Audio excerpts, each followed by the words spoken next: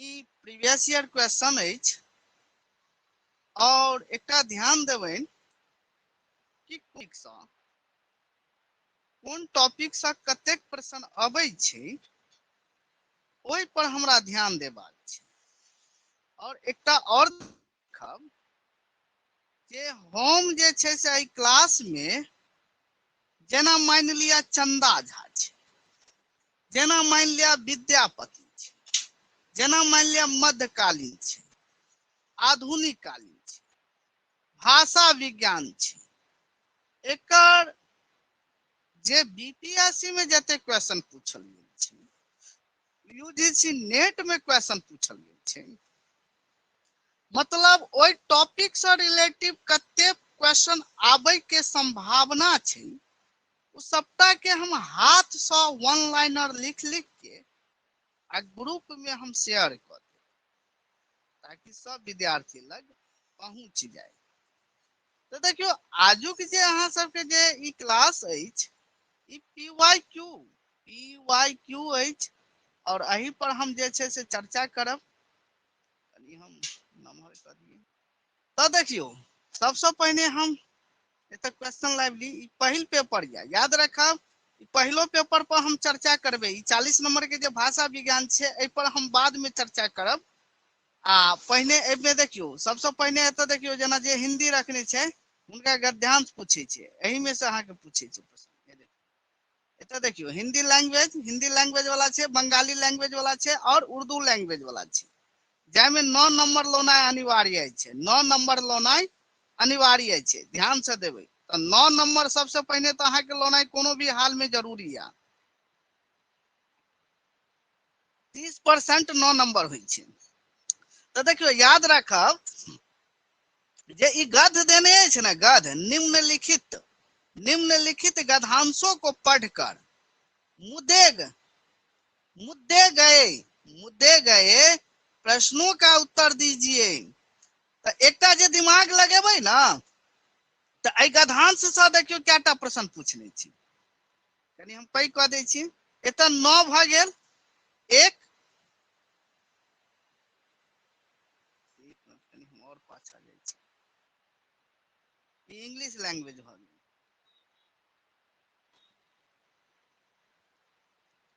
9 भ गेल, 10 भ गेल, 11 भ गेल। हम जे तो प्रश्न जे अहाँ सबसे पूछलहुं कि मनुष्य का जीवन श्रेष्ठ क्यों माना जाता है, तो एहि गद्यांश के पढ़बाक छलै आ एही में से उत्तर देबाक छलै। तो एकर उत्तर की होबाक चाही, क्योंकि वह बुद्धिमान, एक मिनट एकर आयोग की माने छै, क्योंकि वह बुद्धिमान और काल्पनिक कल्पनाशील है, यह होबाक चाही कि एक से बेसी होबाक चाही से कहू।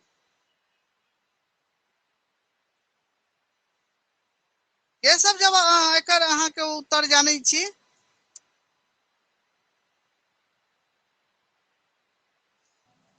ई अहाँ गद्यांश पढ़ने रहिए तो एकर आयोग की मानने छै।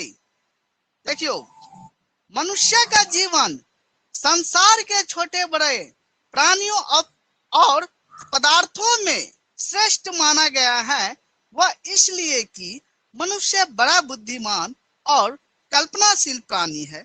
कनी हम और रीड करी छी।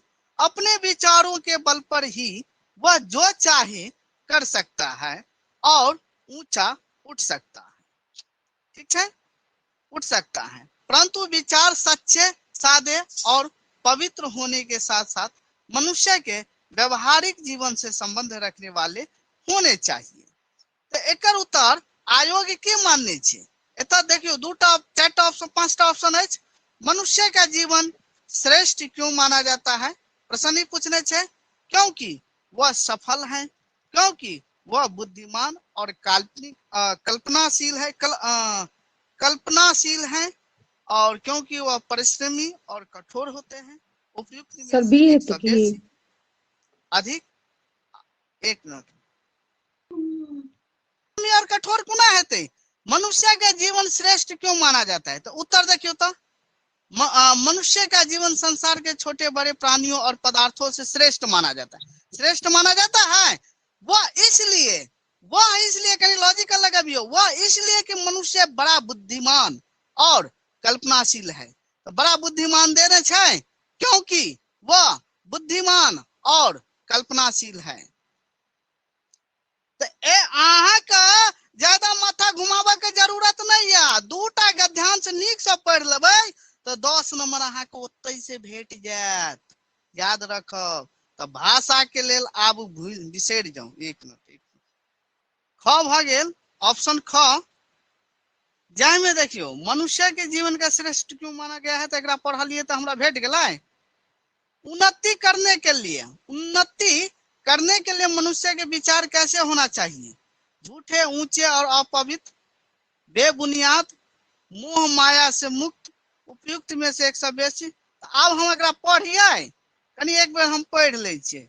उन्नति करने के लिए मनुष्य के विचार कैसे होना चाहिए। तो एतऽ तक अब हम गद्यांश पर आबि जाइ छी। कतऽ आबि जाइ छिए? गद्यांश पर।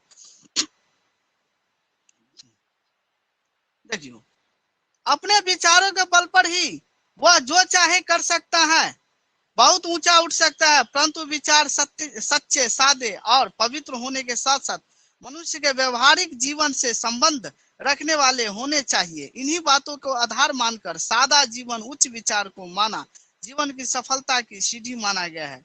सादगी मनुष्य के पहनावे से नहीं बल्कि उनके प्रत्येक हाव भाव, विचार तथा जीवन के ढंग से टपकनी चाहिए। यही वास्तविक सादगी है जो विचारों को भी उच्च बनाकर सब प्रकार की उन्नति की ओर, देखियो, विचारों को उच्च बनाकर सब प्रकार की उन्नति और विकास का कारण बनती है। यानी विचारों को उच्च बनाकर अब हम एतऽ कतऽ आबि जाइ छी। एतऽ देखियो, मोह माया से मुक्त, बेबुनियादी, झूठे, ऊंचे और अपवित्र। ठीक है, ई तीनटा ऑप्शन भेटैया, मुदा हमरा एखन धरि एहिमे जे छै ई ऑप्शन नहीं भेट रहल है। ठीक है, तो की कह रहल छै, वास्तविक सादगी है जो विचारों को भी उच्च बनाकर सब प्रकार की उन्नति और विकास का कारण बनती है। संसार का इतिहास इसी बात का गवाह है कि आरंभ से ही सादगी पसंद व्यक्ति की जनता को उच्च विचार देकर उन्नति और विकास की राह प्रशस्त करते आ रहे हैं।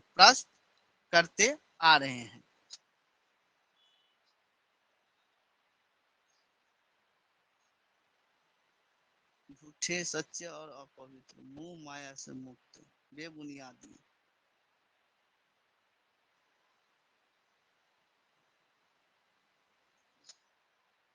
एकर उत्तर अहाँ के उपयुक्त में से कोनो नहीं होबाक चाहिए, ई होबाक चाहिए।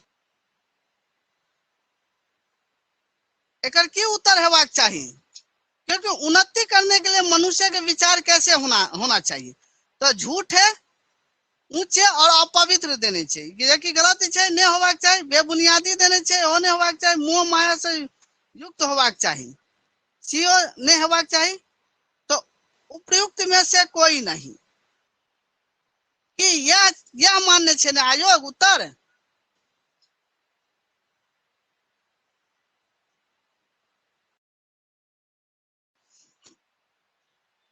एकर जवाब दे सके छी क्या? जी सर, ई मान लिया। जी जी सर। तो अहिना ताकै के छै, बुझ गेलौं। तो भाषा वाला के लेल अहाँ चिंता छोड़ दियो। अब अहाँ सबके कोनो किताब पोथी पलटे के जरूरत नहीं है। बस हम जे छै अब अहाँ सबके लेल किताब बन के, नोट्स बन के ठाढ़ छी। चलू अब हम कनी मैथिली पर जाइ छी। वास्तविक सादगी क्या है, आब एकरा पढ़ियो, वही में आबि जायत अहाँ के सबटा।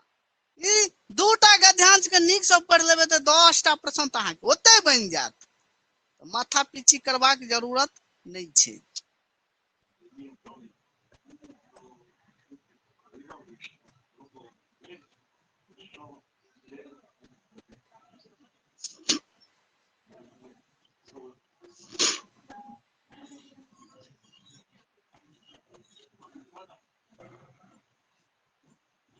चलू आब हम जे छै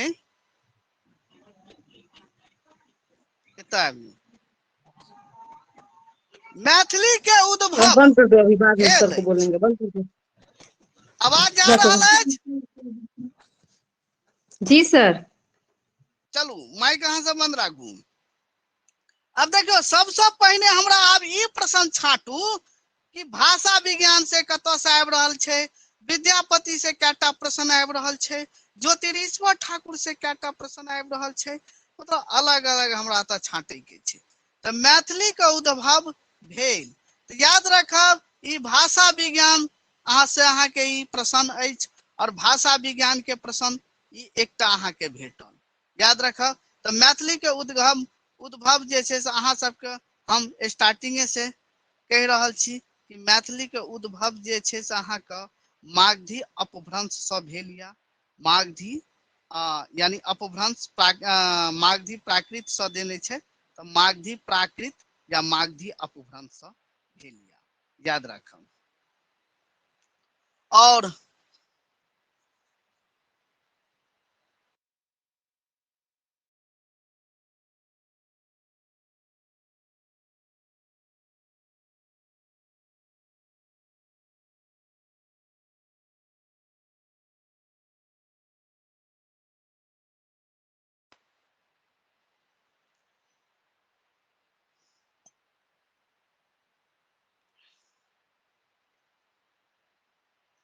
तो देखियो स्क्रीन अहाँ सबके शेयर अछि? जी सर। ई अहाँ के मागधी प्राकृत से भ जायत। अब देखियो अब सबसे पहले याद रखब एकर पूरा विस्तृत संक्षिप्त नोट्स जे छै हम बना के अहाँ के, मतलब नोट्स से सबटा तो अहाँ के भेटल या, पूरा भंडार भेटल या, मतलब वन लाइनर हम बना के एकर अहाँ के हम पठा देब। दोसर ये अहाँ के गिरियार्सनक अनुसारे सौरसैनिक क्षेत्र अछि। तो देखियो गिरियार्सन साहब जे छै सौरसैनिक क्षेत्र मानने छै, यानी इहो अहाँ के भाषा विज्ञान से या। तो भाषा विज्ञान से अहाँ के प्रश्न नंबर 1 भ गेल और भाषा विज्ञान से अहाँ के प्रश्न नंबर 2 भ गेल। दूटा प्रश्न एखन धरि अहाँ के भाषा विज्ञान से आबि रहल या। तो भाषा विज्ञान से मान लिया गिरियार्सन साहब कते कोन क्षेत्र के मानने छै, कते उपभाषा मानने छै, कते हुनकर जीवनी छै, मतलब कहे के मतलब भाषा क्षेत्र के दौर में ई कते मतलब जे छै से हिनका से रिलेटिव अहाँ के कते प्रश्न अबै छै, सबटा के ऑनलाइन अहाँ के बना के और एने हेते तो एहनो सन हेते क्लास तो हम सीधा अहाँ के जे छै से मेन खाने लाइव के तो अहाँ के हम कवर करा देब और कहब कि अहाँ पेन कॉपी ल के बैसू आ हम लिखेने जाब, अहाँ लिखने जाब जखन हम भाषा विज्ञान पढ़ाब तो, ठीक छै। ऐसे नीक रहत कि अहीं जे छै से लिखने जाब, हम बतेने जाब, अहाँ लिखने जाब, या हम वन लाइनर बना के अहाँ के पठेने। तो देखियो एकर उत्तर जे छै से गुजरातियो सेहो हेतै, राजस्थानी सेहो हेतै। तो एकर उत्तर हमरा हिसाब से की होबाक चाही? डी, मुदा नय हमरा हिसाब से नहीं होबाक चाही। एकर उत्तर होबाक चाही अहाँ के सी। अब किया होबाक चाही सी? कि देखियो गिरियार्सन साहब जखन अहाँ के पढ़ाब न, पोथी पढ़ाब, ओहि में अहाँ के सबटा हम निकाल के दऽ देब। ई प्रश्न हमरा कखनो उम्मीदो नहीं छल कि जी पूछते, सबटा यूजीसी नेट के प्रश्न उठा लेने छै। तो गुजराती सेहो हेतै, राजस्थानी सेहो हेतै, हिंदी सेहो हेतै आ पंजाबी सेहो हेतै। मुदा मान लिया यह में पंजाबी देने रहते तो पंजाबी सेहो हेतै। अब यदि मान लिया ई लाइन बाय लाइन नहीं दऽ के डायरेक्ट दऽ देने रहते, एहि में दऽ देने रहते गुजराती, राजस्थानी आ एहि में दऽ देने रहते अहाँ के हिंदी चाहे पंजाबी दऽ देने रहते। तकर बाद देखियो तो याद रखब यहाँ में गुजराती, राजस्थानी आए तो अहाँ के सी पर दऽ देते पंजाबी या हिंदी, तखन 100 बेसी भ जेते।